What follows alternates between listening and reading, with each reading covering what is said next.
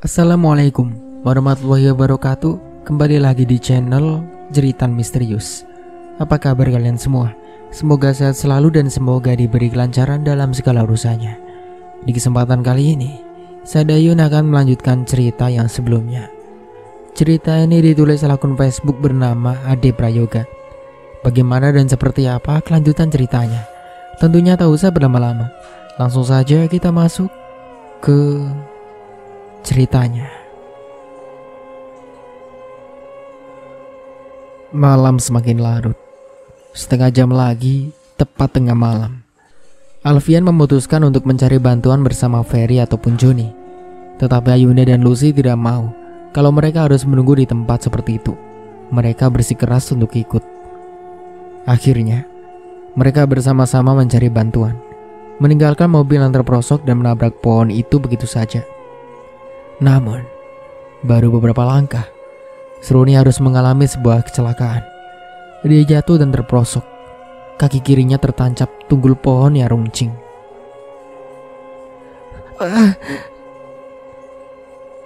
Seruni meringis kesakitan ketika tunggul pohon yang runcing menancap di telapak kakinya. Alfian dengan cepat menolong Seruni, dibantu Linda dan Ferry. Luka di kaki Seruni cukup dalam. Alfian dengan hati-hati membersihkan luka tersebut sebelum akhirnya membalutkan perban agar darahnya berhenti keluar. Keinginan untuk mencari bantuan sempat terhambat karena musibah yang dialami Seruni. Alfian sudah berusaha menawarkan dirinya untuk menggendong Seruni, tetapi dia tetap saja tidak mau. Kondisi seperti ini membuat Alfian semakin bingung karena Seruni yang terus memaksakan kakinya untuk berjalan. Alfian tidak tega melihat Seruni yang berjalan yang kesakitan. Sampai akhirnya, dia memutuskan untuk mencari bantuan sendiri. Setelah sekian lama meyakinkan Seruni dan teman-temannya, ia akhirnya setuju dengan keputusannya. Alfian segera berlari untuk mencari bantuan. Sampai kapan Yono? Desa kita seperti ini? Udah tahu mas, aku sebenarnya sudah ingin sekali pergi dari sini. Iya sama no. Bagaimana caranya mas? Sulit kalau itu no. Kamu lihat sendiri kan, contohnya sudah banyak. Iya mas. Loh, sik mas, itu seperti ada orang di sana loh. Di mana no? Seno yang malam itu bertugas jaga di pos bersama Yadi menyadari ada bayangan seorang di kejauhan. Keduanya mengamati dengan waspada. Siapa ya mas? Ya aku ndak tahu no, jawab Yadi. Ayo dekati. Ayo mas. Karena penasaran, Yadi dan Seno akhirnya menghampiri orang itu. Mereka melihat orang itu seperti kebingungan, atau mungkin sedang mencari sesuatu. Merasa wajah orang itu asing, Yadi mengarahkan senter tuanya ke wajah orang itu. Koe kenal orang no? Tanya Yadi kepada Seno.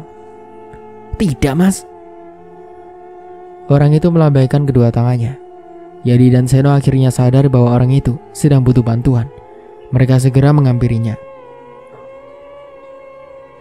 Tolong saya pak, saya dan teman-teman saya butuh bantuan, kata Alfian dengan napas yang ternganga. Kamu dari mana? Kenapa bisa sampai sini? Tanya Yadi penuh selidik. Saya dari Bandung pak, kami tersesat. Yadi mengamati Alfian dari atas sampai ke bawah. Dia masih tidak percaya anak itu tersesat. Bagaimana mungkin jauh-jauh dari Bandung sampai bisa tersesat di desa terpencil seperti ini? Melihat Yadi dan Seno yang sepertinya masih tidak percaya, Alfian menambahkan. Saya juga tidak tahu kenapa saya dan teman-teman saya bisa tersesat di sini, Pak. Tapi kami benar-benar sedang butuh bantuan. Mobil yang kami bawa terpelosok dan menabrak pohon. Salah satu teman kami juga terluka. Yadi dan Seno saling pandang. Mereka bingung harus menolong Alfian atau tidak. Bagaimana ya no? Tapi kalau tidak ditolong, bisa tidak selamat semua itu anak. Setelah beberapa menit berdiskusi, Akhirnya Yadi dan Seno mau untuk membantu Alfian. Tidak lupa, Seno membawa sebuah gerobak yang nantinya akan digunakan untuk membawa Seruni yang terluka. Tentunya setelah Alfian setuju untuk bermalam di desa tersebut. Seruni lega melihat Alfian kembali dengan membawa bantuan bersamanya. Ferry dan yang lainnya juga merasakan hal yang sama. Mereka senang Alfian bisa mendapatkan bantuan di tempat yang mereka pikir tidak ada orang satupun. Setelah Alfian memastikan Seruni sudah aman dan nyaman di dalam gerobak, Seno dengan hati-hati mulai menariknya. Sedangkan Alfian di belakang membantu mendorong, diikuti teman lainnya yang berjalan beriringan. Seruni tiba-tiba bergidik ketika melihat sebuah gapura desa yang sudah hampir roboh, bertuliskan Desa Kesarean, yang ditulis dengan cat berwarna merah darah. Seruni tidak menyangka dia dan teman-temannya akan tersesat dan bermalam di sebuah desa yang sangat terpencil. Pemandangan desa tersebut membuat perasaan Seruni semakin ngeri. Beberapa rumah khas pedesaan mulai terlihat setelah Seruni dan teman-temannya memasuki gerbang desa. Seruni belum pernah mengunjungi desa semacam ini. Begitupun teman-temannya. Rumah-rumah dari kayu dan papan beratapkan seng bergelombang dan beranda luas, yang didirikan di tengah padang rumput luas dan bernaungan pohon-pohon besar. Ditambah remangnya lampu rumah-rumah membuat Seruni bergidik ngeri. Sementara di barisan depan, Yadi dan Seno tampaknya sedang berdiskusi, membicarakan sesuatu yang penting. Bagaimana ini, Mas? Mau dibawa kemana anak-anak ini? Tidak mungkin kalau dibawa ke rumahku atau ke rumahmu, kan? Kalau dibawa ke rumahnya Pak Karman saja bagaimana? Benar itu, Mas. Tapi jangan sampai anak-anak ini keluar dari rumah. Bisa bahaya nanti. Ya, biar nanti anak-anak ini aku yang bilangin. Seruni dan teman-temannya mendengar percakapan Yadi dan Seno, tetapi mereka tidak tahu apa yang keduanya bicarakan. Mereka tidak mengerti bahasa yang digunakan Yadi dan Seno. Tapi Alfian yang melihat teman-temannya tambah bingung, segera melontarkan pertanyaannya. Maaf Pak, sebenarnya Bapak mau membawa kami kemana? Tanya Alfian sopan. Yadi dan Seno saling pandang. Mereka berdua memutuskan siapa yang akan menjawab. Kalian semua akan kami bawa ke rumah Pak Karman, mantan lurah kami dulu. Di sana kalian bisa istirahat. Biar besok saja kami bantu kalian untuk mengeluarkan mobil kalian yang terperosok itu. Tapi apa tidak bisa sekarang juga, Pak? Kata Ferry penuh harap. Tidak bisa. Seketika Yadi menjadi lebih sensitif. Besok saja. Baiklah, kata Ferry lesu. Yadi memberi aba-aba untuk berhenti di depan sebuah rumah besar dari kayu dan papan yang berandanya luas. Alfian segera membantu Seruni untuk turun dari gerobak dan menggendongnya, menaiki tangga kayu yang tampaknya mulai rapuh. Benar saja, karena baru selangkah menaikinya, Seno memperingatkan mereka untuk berhati-hati. Semuanya berhati-hati. Mungkin beberapa tangga sudah mulai rapuh.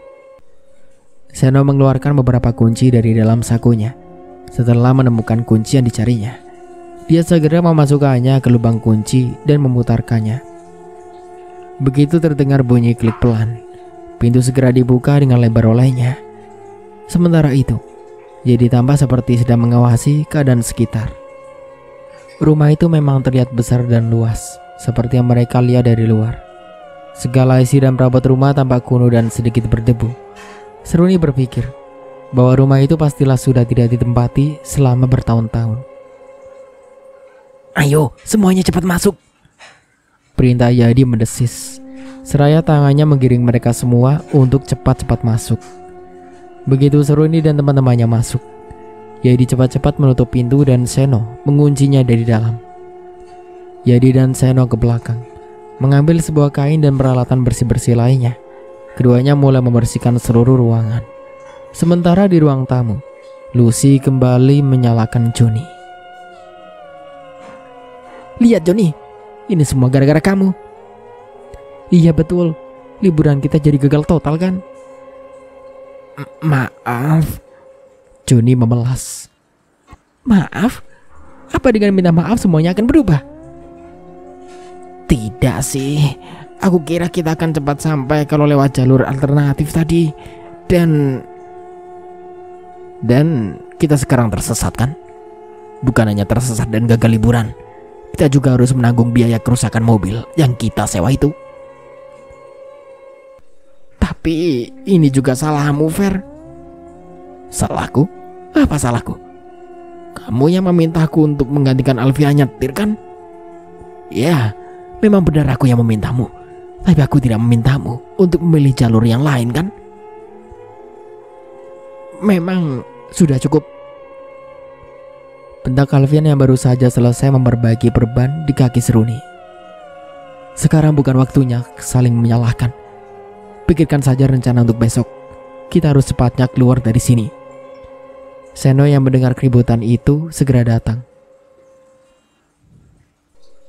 Aduh, kalian jangan ribut-ribut begini. Kalau sampai ada orang yang tahu, bisa bahaya. Maksud Bapak? Tanya Alfian bingung. Pokoknya, jangan bicara keras-keras. Nanti akan dijelaskan oleh teman saya. Sekarang kalian diam dan jangan berisik. Sementara saya dan teman saya membersihkan tempat ini. Seno kembali ke belakang, menyelesaikan pekerjaannya untuk membersihkan bekas rumah Karman. Alfian dan yang lainnya hanya bisa berpikir-pikir tentang apa yang baru saja dikatakan oleh Seno. 10 menit berlalu. Yadi dan Seno tampaknya sudah selesai dengan pekerjaannya masing-masing. Keduanya segera ke depan ruang tamu untuk menemui Seruni dan teman-temannya. Semua ruangan dan kamar dan sudah kami berdua bersihkan. Di sini hanya ada 3 kamar. Kalian sendiri yang memutuskan mau tidur di kamar yang mana dan dengan siapa. Tapi maaf Pak, di mana pemilik rumah ini? Bapak bilang tadi beliau mantan kepala desa, bukan? Ya, itu memang benar. Tapi beliau sudah meninggal 20 tahun yang lalu. Jadi rumah ini sudah kosong selama 20 tahun? Ya, benar. Tapi rumah ini masih sering kami bersihkan. Kami yang 20 tahun telah merawat rumah ini. Oh, memangnya yang punya rumah tidak punya saudara ya? Tanya Yunda lagi. Kami juga tidak tahu soal itu.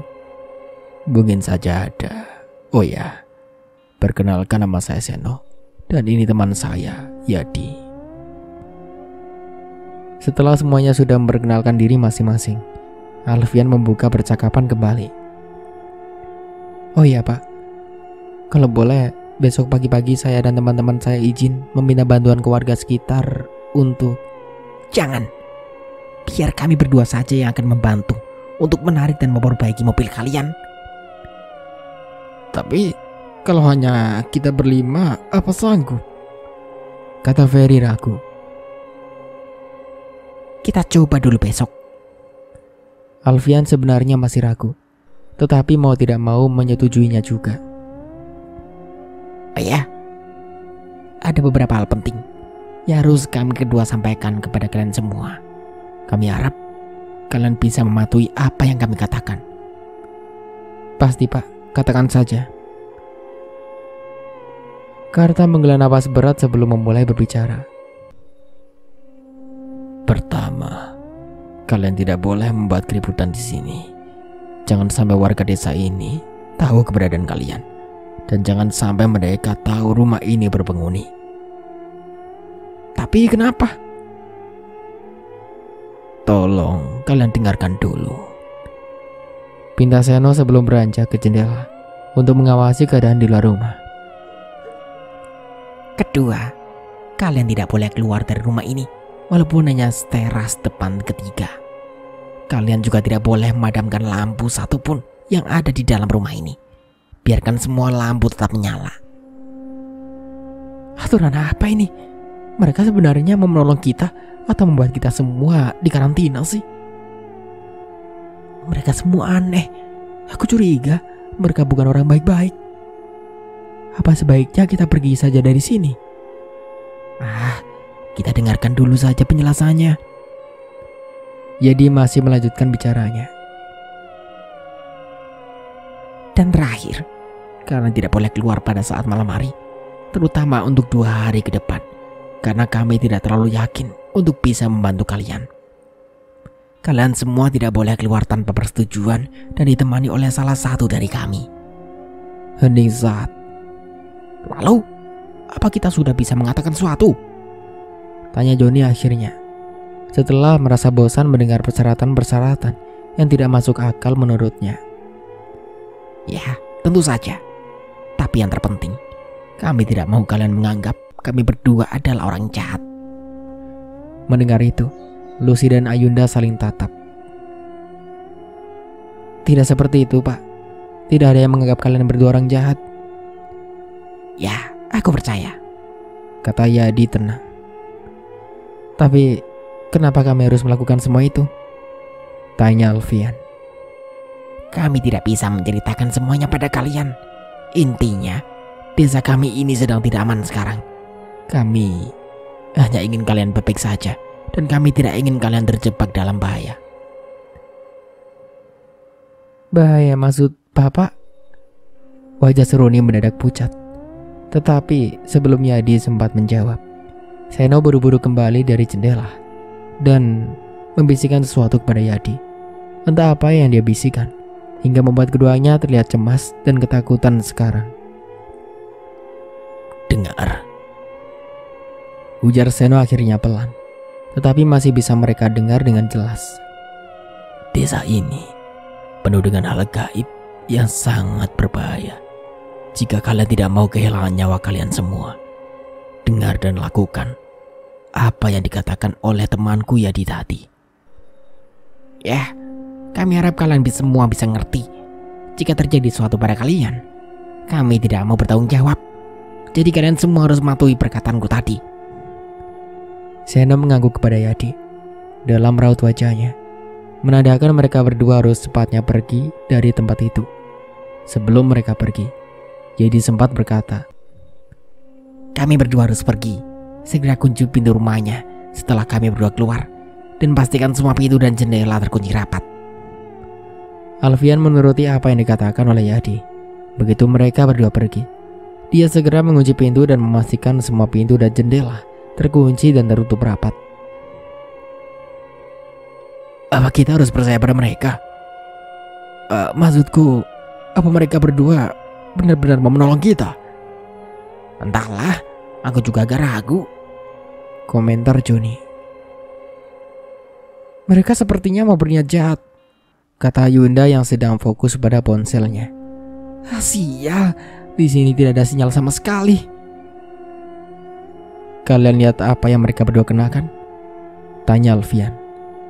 Mereka itu ansip desa, jadi mereka bukanlah orang jahat. Mungkin saja, kata Lucy sambil mengangkat bahu. Malam semakin larut. Suara hewan malam terdengar bersaut-sautan, menambah kengerian di hati Seruni. Alfian memastikan luka di kaki Seruni tertutup rapat, sebelum mengajak teman-temannya untuk beristirahat. Lin, Seruni tidur bersamamu kan? Tanya Alfian kepada Linda. Tolong jaga dia ya. Beres Al, jawab Linda. Kamu tenang aja. Ya udah, terima kasih. Linda mengangguk dan tersenyum. Alfian menggendong Seruni, mengantarkannya ke dalam kamar, sedangkan Linda membuntuninya. Sementara itu, Lucy dan Ayunda ke kamar sebelah. Johnny, Ferry, disusul Alfian di kamar paling belakang. Yadi dan Seno berjalan tergesa-gesa. Raut wajah keduanya tampak begitu cemas. Hampir saja mereka lupa jika mereka harus menghampiri acara ritual tumbal yang diadakan di sebuah halaman luas di sebelah balai desa. Yadi dan Seno tidak bisa membayangkan entah apa yang terjadi seandainya mereka berdua tidak hadir dalam acara ritual tumbal. Bukan saja hukuman yang akan mereka terima, tetapi juga tidak menutup kemungkinan mereka berdua akan menjadi sasaran atau amukan warga. Acara ritual tumbal telah dimulai 5 menit yang lalu. Yadi dan Seno harus terlambat karena mereka berdua mau tidak mau harus menolong Seruni dan teman-temannya yang tersesat di desa mereka. Dengan napas tersengal, Yadi dan Seno akhirnya sampai di tempat ritual, di mana seluruh warga desa sudah berkumpul untuk menyaksikan berlangsungannya ritual tumbal.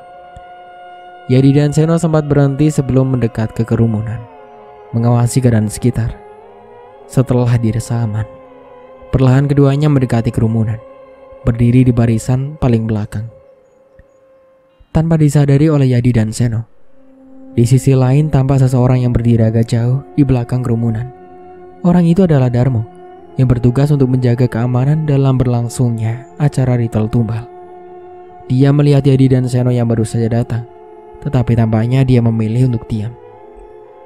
Sulit bagi Yadi dan maupun Seno untuk melihat dengan jelas ke depan kerumunan. Mereka hanya bisa melihat sekilas. Satu gundai kesam memasukkan darah dari piring yang terbuat dari tanah liat ke sebuah kandi kecil. Jerit dan tangis masih terdengar di sisi lain halaman. Jauh dari Yadi dan Seno berdiri. Jerit dan tangis itu berasal dari keluarga maupun saudara si calon tumbal. Yadi dan Seno masih berusaha untuk memperhatikan laki-laki muda yang telah menjadikan tumbal itu, yang sekarang sudah tidak bergerak sama sekali, dengan darah yang masih menetes dari ujung kepalanya. Tubuh pemuda itu diikat di sebuah tiang kayu secara terbalik. Tidak lebih dari 15 menit berlalu. Semua orang tampak tertidur pulas, kecuali Ayunda. Meski sudah berusaha keras untuk memejamkan mata, Ayunda tetap saja tidak bisa tidur. Muncul sebuah ide di benaknya. Ayunda bangkit dari tempat tidurnya dengan sangat hati-hati, tanpa menimbulkan suara yang membuat Lucy terbangun nantinya. Dia mengeluarkan sebuah handycam dari dalam tasnya, berjalan perlahan menuju pintu belakang rumah. Sepekan mungkin dia membuka pintu itu, dan setelah berhasil dibuka, dia segera keluar tanpa lupa menutup pintu kembali. Ayunda menyusuri halaman belakang rumah yang dipenuhi rerumputan tinggi, memutar mengitari rumah menuju jalan utama desa. Dengan sebuah handycam yang telah dinyalakan, dia menyusuri jalan tanah berbatu yang kanan dan kirinya terdapat rumah warga dan pohon-pohon besar. Seperti layaknya kameramen profesional, dia merekam setiap sudut desa. Kalian tahu, friends, Ayunda berbicara sendiri layaknya seorang vlogger di YouTube. Katanya di desa ini penuh dengan hal-hal yang gaib. Apa kalian semua percaya? Kalau aku sih jelas tidak. Ayunda masih terus saja berbicara, tanpa tahu ada seorang yang sedang mengawasinya dari balik sebuah pohon yang berada tidak jauh darinya. Orang itu mendekati Ayunda. Setelah yakin kondisi sekitar aman, dengan satu gerakan saja, orang itu berhasil membuat Ayunda tidak sadarkan diri dan membawanya begitu saja. Sinar matahari menerobos masuk melalui genting-genting rumah yang berlubang. Seruni terbangun. Rasa sakit di kakinya masih sangat terasa, malah sekarang kelihatan bengkak. Dia menoleh ke samping kanan, di mana Linda juga terlihat baru saja bangun dari tidurnya. Selamat pagi, Lin. Seruni melontarkan senyum manisnya. Aku harap tidurmu nyenyak. Pagi juga. Sebenarnya sih kurang nyenyak. Seruni maupun Linda masih sangat malas untuk bangun dari tempat tidur. Malahan Linda memutuskan untuk melanjutkan tidurnya lagi.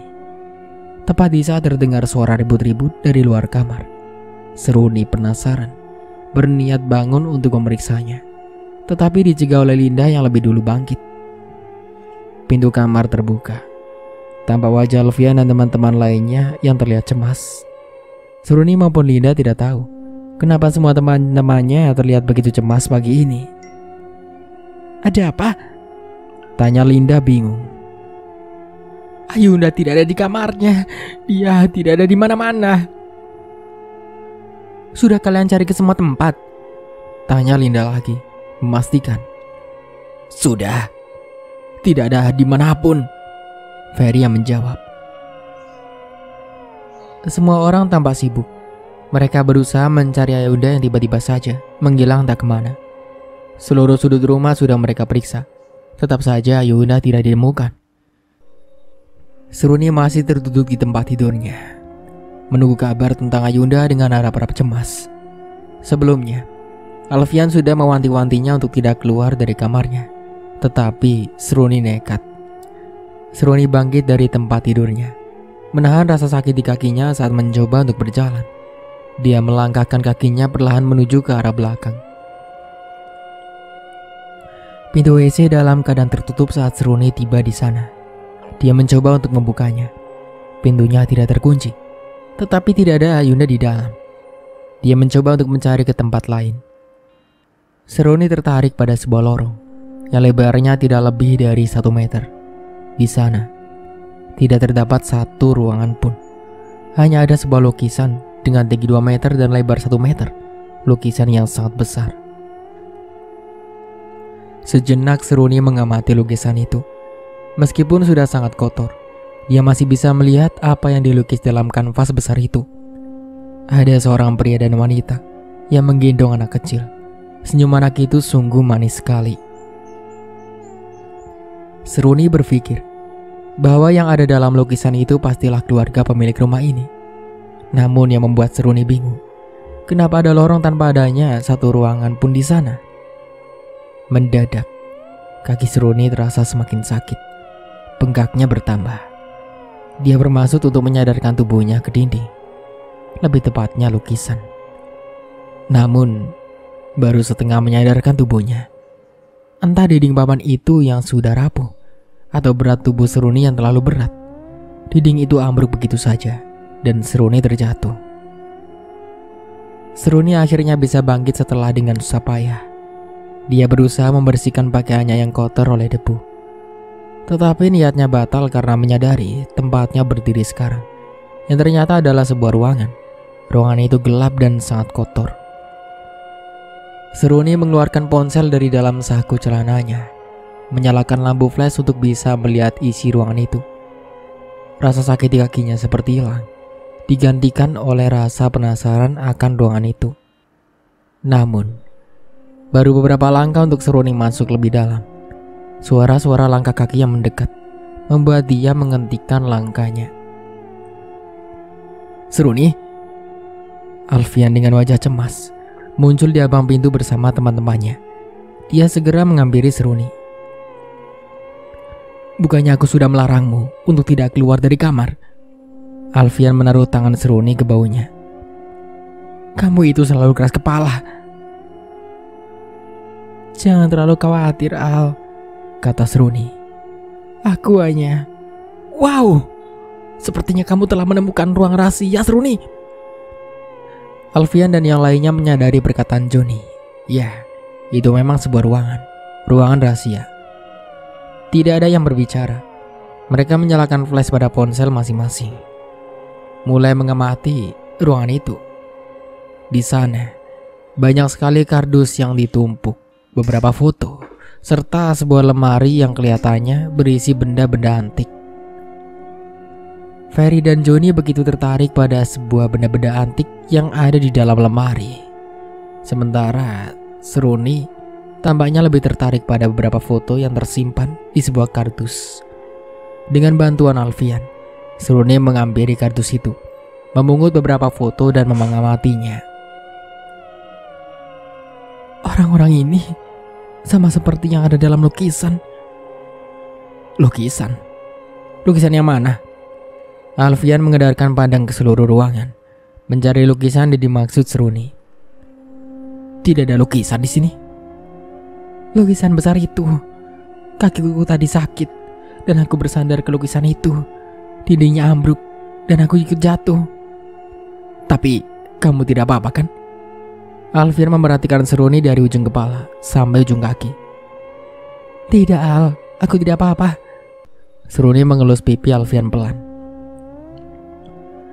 Kalau kamu sampai aku tahu. Kalau begitu, aku minta maaf. Alfian menatap Seruni dengan seksama. Dengan satu syarat. Seruni mengernyit. Apa itu? Jangan lagi melakukan hal-hal yang bisa membuatku khawatir. Seruni tersenyum dan mengangguk. Baiklah. Seruni kembali mengamati beberapa foto yang dipegangnya bersama Alfian. Semua foto itu tampak sudah pudar di beberapa bagian. Tetapi Seruni yakin Orang-orang yang ada di foto itu sama dengan yang ada di lukisan tadi. Al. Iya, kenapa? Bukankah Pak Seno bilang kalau pemilik rumah ini sudah meninggal? Iya, terus? Perempuan dan anak kecil ini di mana mereka? Aku juga tidak tahu. Mungkin saja mereka sudah meninggal juga. Seruni mengamati foto yang lain. Di foto yang dia lihat sekarang ada 4 anak. 2 laki-laki dan 2 perempuan. Salah satu anak laki-laki di foto itu mirip sekali dengan laki-laki yang ada di dalam lukisan dan foto sebelumnya. Seruni berpikir, mungkin saja mereka adalah saudara yang ada di dalam lukisan itu. Beberapa foto yang dipegang Seruni terjatuh. Saat itulah Seruni melihat ada tulisan di belakang foto-foto itu. Alfian juga melihatnya. Dia segera memunguti foto-foto itu. Keluarga kecilku 10 April 1984. Alfian membaca tulisan yang ada di belakang salah satu foto. 4 bersaudara 19 Desember 1979. Alfian kembali membaca tulisan di foto lainnya. Apa yang Seruni pikirkan ternyata benar.